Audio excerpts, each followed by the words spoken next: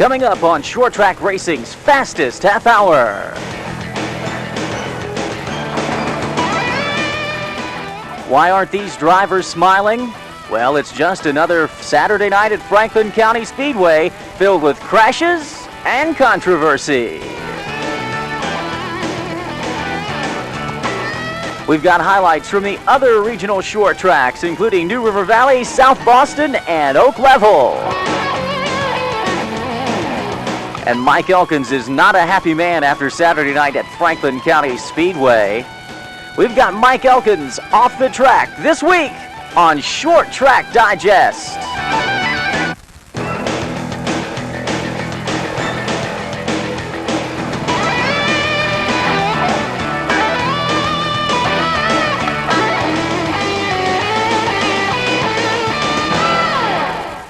Hi everybody, and welcome to another edition of Regional Racing's fastest half hour.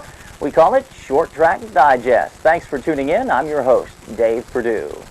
Well, we're going to go right to highlights and results this week, and let's start with Franklin County Speedway. Lots of controversy there. Of course, what would a Saturday night at Franklin County be without controversy?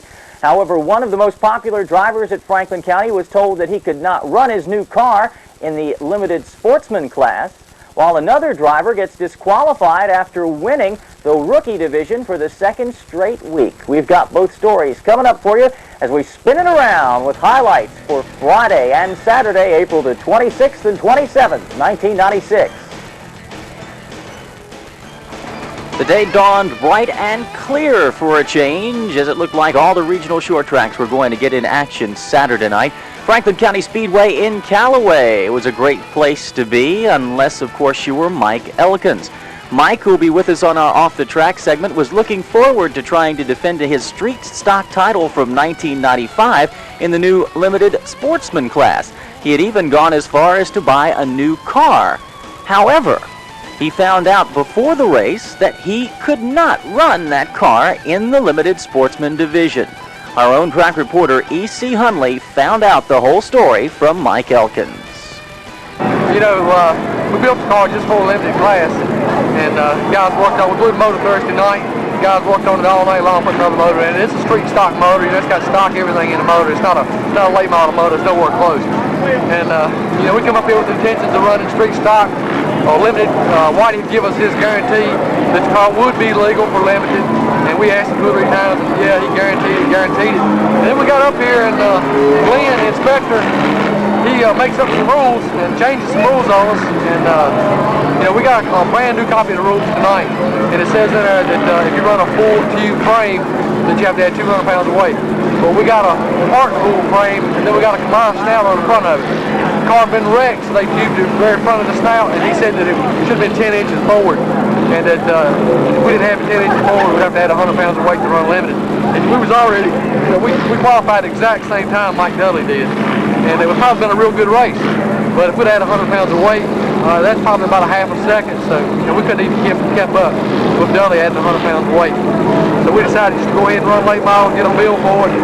Looks like that we're going to have to go to different tracks to be able to run, because Glenn, he can work with us. And we hate that. We like it up here, like all the fans. And, you know, all the guys live right here real close by and everything. But right now, we sort of up in the air. We want to go down, go sit down, have a big talk about it, try to figure out what to do. We got a limited car, nowhere to run. We'll have more comments from Mike Elkins regarding his situation during our Off the Track segment later in the show. Without Elkins on the track, Mike Dudley took the lead in the limited sportsman class and ran away from the field to take his first victory of the 1996 season. Elkins was forced to start at the rear of the pack in the late model stock division, and he really had nothing for the rest of the field during the entire night. Dudley Lawhorn and Dickie Wilson battled from the front for the first and second spots throughout the evening in the late model stock event. Lots of spins and crashes marked the race.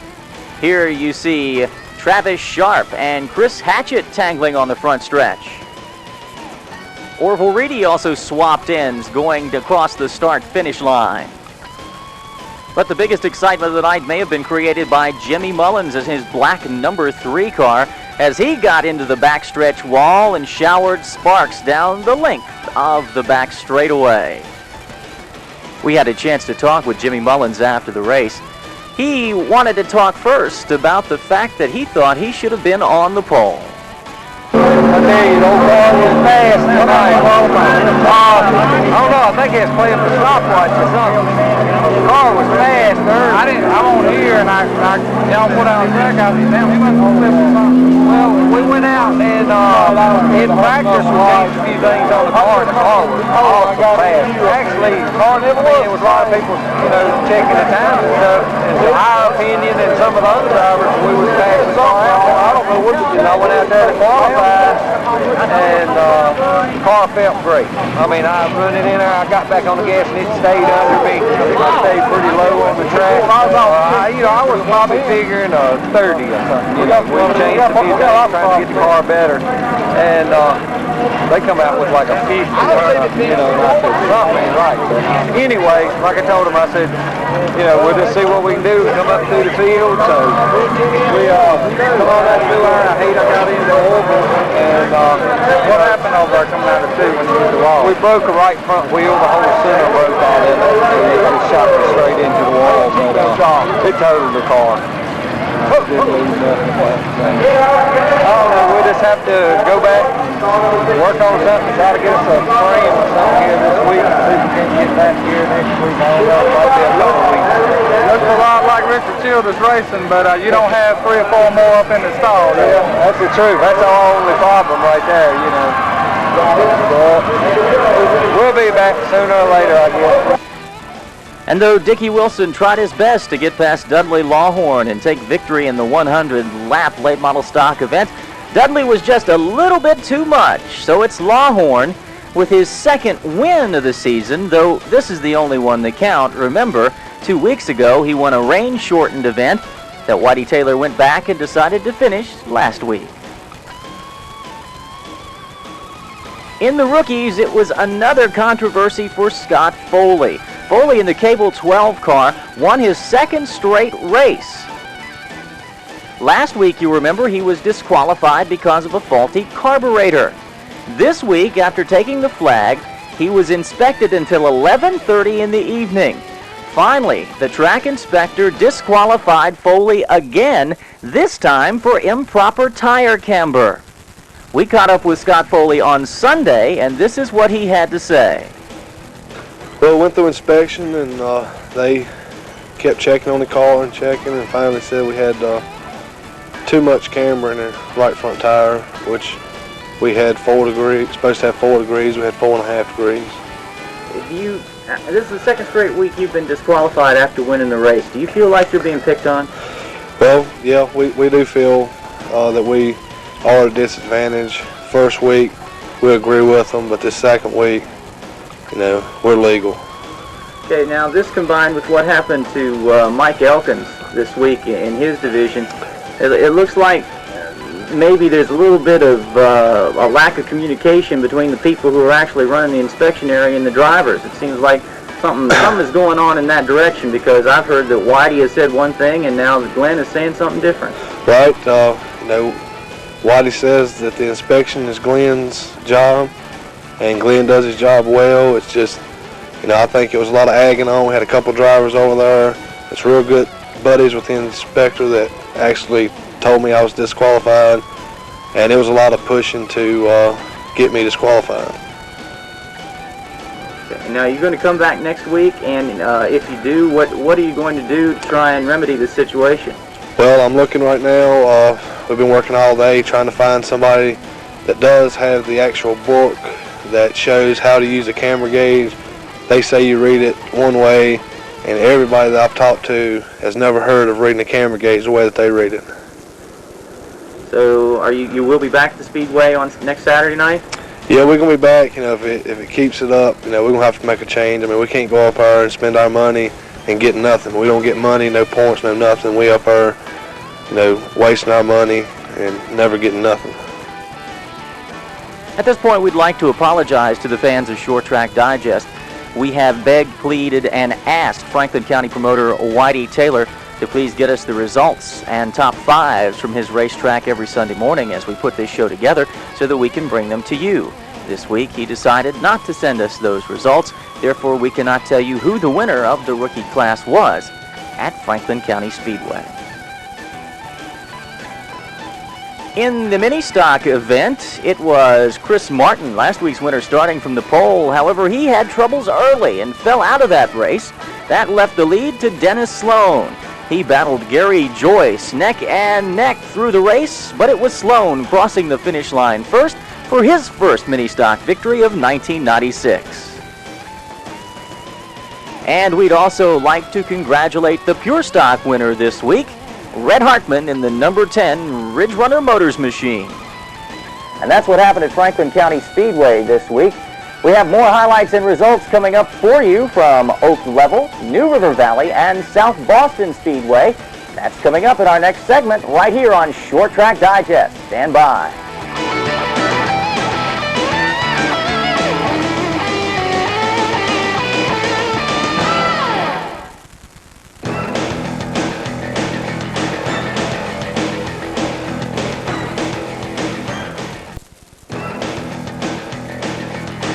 Welcome back to Short Track Digest. More highlights and results for you now. Let's start things off with Friday night's results from Oak Level Speedway in Oak Level, Virginia. There were no clouds to spoil this Friday night of racing action at Oak Level Speedway. Last week, you remember, the rains washed out racing action before qualifying was all done. Our racing highlights this week include Super Street, where Steve Lowboy Foley led for most of the race.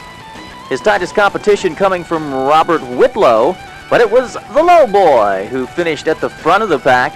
Whitlow finished second, followed by Bobby Willard, Mike Kuczynski, and Jeff Hilton. The feature event of the night in the limited late model found Donovan Freeman back at the front of the pack. Freeman finishes ahead of Ray Reinhard, Groundhog Compton, Travis Young, and Mike Toller. In the mini stocks, it was Randy Philpott finishing ahead of Jimmy Brown. Steve Plaster put it into third, while Neil Holcomb and T.A. Galden rounded out the top 5. And in the pure stocks, Doug Hutcherson, Pee Wee Turner, Sammy Cook, Mike Lawrence, and Patrick Gonzalez led the field back to the finish line. And let's not forget the Dirt Daubers. Congratulations to Steve Hall, who won that class this week at Oak Level. From the Friday night event at Oak Level, we move up the road to Pulaski for the Saturday night start at the New River Valley Speedway. The night started with the pure stockers, and the number 87 Fox car jumped out to an early lead. However, that didn't bother Randy Taylor, who went underneath him along the back stretch. The Fox car was so unnerved, it wound up crashing into the inside pit wall on the back stretch. Taylor led the rest of the way and crossed the finish line in first. However, he was disqualified because of a weight misplacement. That gave the win to Tommy Alley. Davis Phillips finished second, Dean Sutphin third, John McMahon fourth, and Gary Davis rounded out the top 5. The first ever MASCAR event to be held at New River Valley saw Ron Ratliff start on the pole and run all the way around, all laps, to win the event. Following Ratliff were Bobby Keaton, Gary Binger, Bill Trent, and Kenny Campbell rounding out the top 5. Then it was time for the main event, the New River Valley Mall 100 for late model stocks. Tony McGuire sat on the pole but jumped the start at the green flag. That meant Jeff Agnew got the lucky break of the night, and he used it to lead all the remaining laps and win his third consecutive late model stock event at New River Valley. In other finishes, Martinsville's Clay Campbell had some trouble with his car. That put him in the pits early. And though Tony McGuire tried to get back up into the top 5, he could only manage a top 10 finish. It was a better result for Boone's Mill's Rodney Cundiff, who, after competing throughout the race, managed to finish in 4th. The entire top 5 now. Agnew wins again at New River Valley, followed by Philip Morris, Kenny Perlman, Cundiff, and Johnny Rumley. Then it was time for a 35-lap limited sportsman division race. Tam Topham, who won last week, started in the 3rd position. However, first place Kenny Montgomery and second place Hank Turman got in trouble with lap traffic in turn 3 and 4 on lap number 20. Turman wound up on the side of the track, and Montgomery had to go to the pits. That gave Topham the lead, and he never looked back, taking his 2nd straight win in the limited sportsman division. The top 5, Topham, Eddie Walls, Jay McRae, Rob Fain, and Ronnie Bird. And the mini stocks finished out the rest of the night. The pole was drawn by Vernon Landreth. He and Dennis Worley had a good competition until about late lap 6. Then Worley took the lead and never looked back, winning his first ever mini stock race. Worley, who has raced go-karts and won in that division, was grateful for his first ever win in the mini stock division. Landreth managed to hang on for 2nd place. Then it was Kevin Light, John Cox, and Ken Moxley rounding out the top 5. From New River Valley, we go to the exact opposite end of the region at South Boston Speedway in South Boston, Virginia. David Blankenship won 2 weeks ago in the late model stock division, and he picked up where he left off this week by winning the first half of the Hendrick Chevrolet Twin 100s. The orange number 3 car led every lap starting from the pole to win the first half of that race. The rest of the top 5 in the first half included runner-up Ray Young of Bassett, who earned a $150 cash bonus for the Red Dog Invitational Series race. 3rd place went to Danny Willis of Cluster Springs. Richard Landreth finished 4th, and Greg Marlowe of Troutman, North Carolina, finished in the 5th position. The second half of the Twin 100 race featured an inverted start for the top 6 finishers, meaning Blankenship started in 6th, while B.A. Wilson started from the pole. Now, there must be something magical about that pole position at South Boston, because B.A. Wilson managed to lead every lap and finish in the 1st position in the second half of the Twin 100s. Bumping and banging and crashing was the feature of the first segment of that 2nd race. Crashes abounded through turns 3 and 4, including this little nudge from Ray Young, spinning the number 2 Kentucky Fried Chicken machine. Bassett's Young finished 2nd in the first race and 3rd in the second race, making a very good night for him at South Boston. The top 5 finishers in the second race of the Twin 100s. Again, it was B.A. Wilson in 1st position, followed by Richard Landreth, Ray Young, Greg Marlowe, and Todd Massey.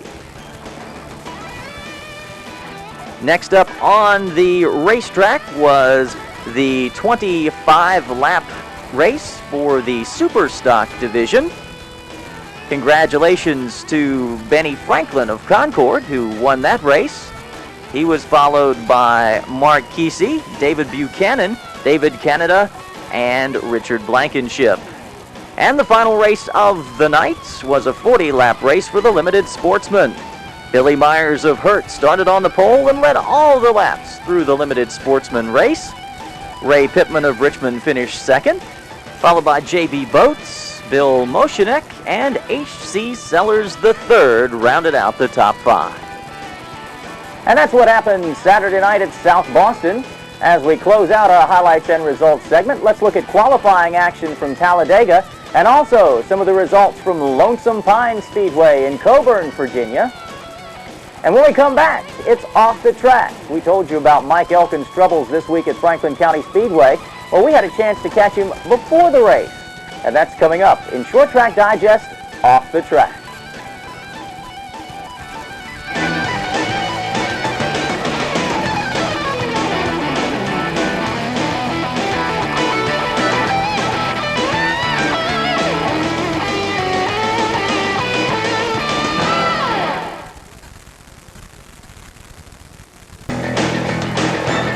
Welcome back to Short Track Digest. It seems a bit of an anticlimax now, but our off-the-track guest this week is Mike Elkins. We caught up with Mike at Franklin County Speedway Saturday afternoon before all the trouble developed with his new race car and the track inspector at Franklin County. We asked Mike about his hopes and aspirations and whether he was going to try and win another track championship just like he did in 1995 in the street stock division. It's Mike Elkins, this week's guest on Off the Track. Welcome to this segment of Off the Track. Actually, we're at the track this week, as you can tell. We're at Franklin County Speedway talking with driver Mike Elkins. The Limited Sportsman Division is his class, and he's driving the B99-9 racing machine. Mike, let's start with what happened to you on Thursday. You blew an engine, and you had to spend basically all night, Friday night, putting a new one in there. First of all, tell us what happened Thursday. We was up here practicing, and we was turning some real good lap times, and we wanted to try some qualifying times. And we broke a rod going into turn 1 up there, and it totally destroyed the motor. I mean, it wiped out the whole block, crank, and everything. And Mike Engel, my engine builder, he went back home, and the next morning got up and started fixing another set of heads, and he had us a set of heads ready, and put them on another block that we got, and we're back up here now, and you know, we've only run the engine about a half an hour, but we think it's ready to go.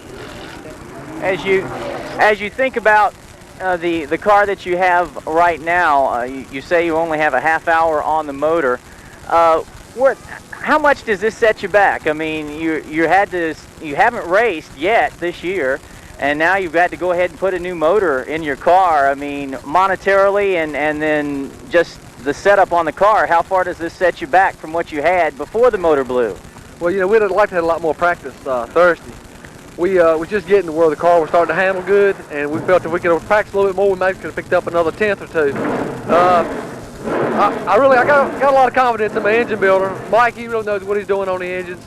You know, the rod braking was nothing he could control. And the crew, man, they worked on this thing all night long last night. We cranked it at 4:15 last night. And when they cranked it, you know, it fired right up, no problems, no leaks or anything. I just got an outstanding crew. I can't say enough about them. And, you know, we wouldn't even plan on running for points this year, but these guys, they want to race.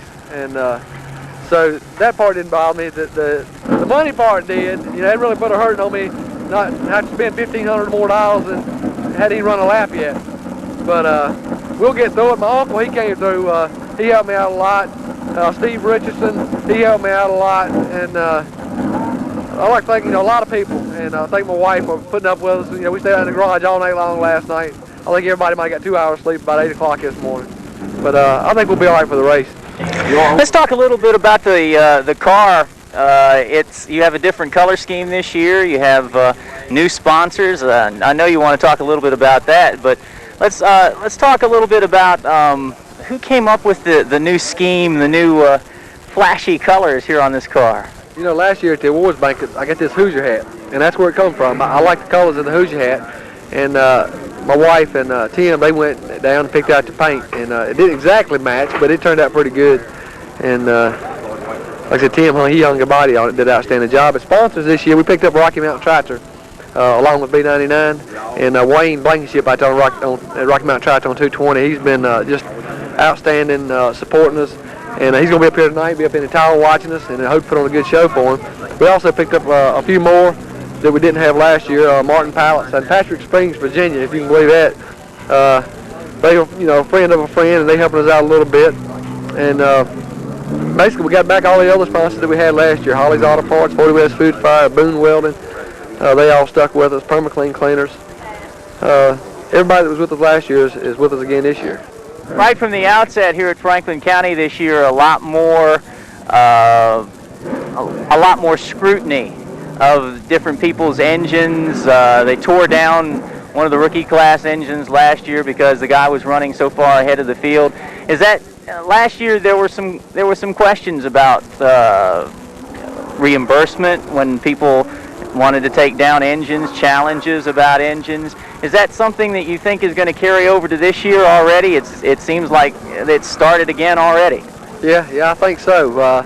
You know, it's so hard to keep everybody you know, equal, and it's hard to tell, you know, if anybody's cheating or not. And The biggest thing that we had during the drivers' meeting, and we tried to explain or express, was that we'd like for them just to use a stopwatch. You know, if you see a guy running 2 or 3 tenths faster, you check him out. But if he's running the same speed as everybody else, and they're slowing down, then you know, there's no use in turning him down. But right now, the limited class is really up in the air. They run the 6 cylinders with us, and I've also heard they're gonna let the late models run with us. I don't know how true it is. They're gonna let some of the late models run with us if they add a couple 100 pounds of weight.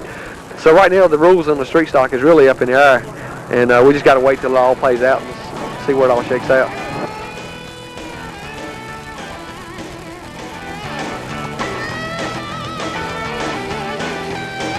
So what will Mike Elkins do? Well, that story is still to come, and we'll update you next week right here on Short Track Digest. Getting ready to close the show out for this week. We've got results from Talladega for you, upcoming events at our regional short tracks, and a new feature called Crash Course coming up in 2 minutes right here on Short Track Digest.